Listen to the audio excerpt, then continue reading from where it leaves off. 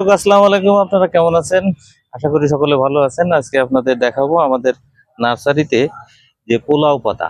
এই পোলাও পাতাটা ভারতীয় উপমহাদেশে 25 থেকে 30 প্রজাতির পোলাও পাতা পাওয়া যায়।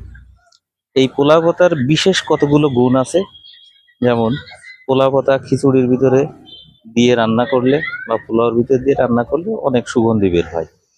এই পোলাওর পাতা একটা পাতা ছিঁড়িয়ে যদি আমরা টুকরো টুকরো করে একটা পাত্রে রেখে দিই, সেই ঘরের ভিতরে কখনো আরশোলা বা তেলাপোকা আসবে না।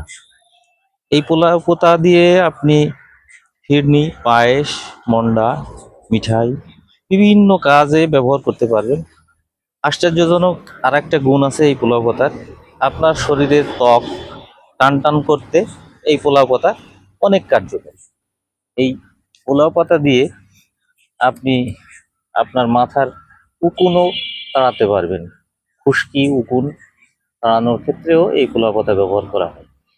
আরও একটা গুণ আছে এই পোলাও পাতা, টুকরো টুকরো করে যদি আপনি মুখের ভিতরে দেন, এটা মাউথ ওয়াশের কাজ করবে। তো এই গাছের আসলে অনন্ত গুণ। আপনারা সকলে বাড়ির আঙিনায় বা ছাদ বাগানে বা আপনাদের শখের বাগানে একটা পোলাও পাতার চারা লাগাবেন।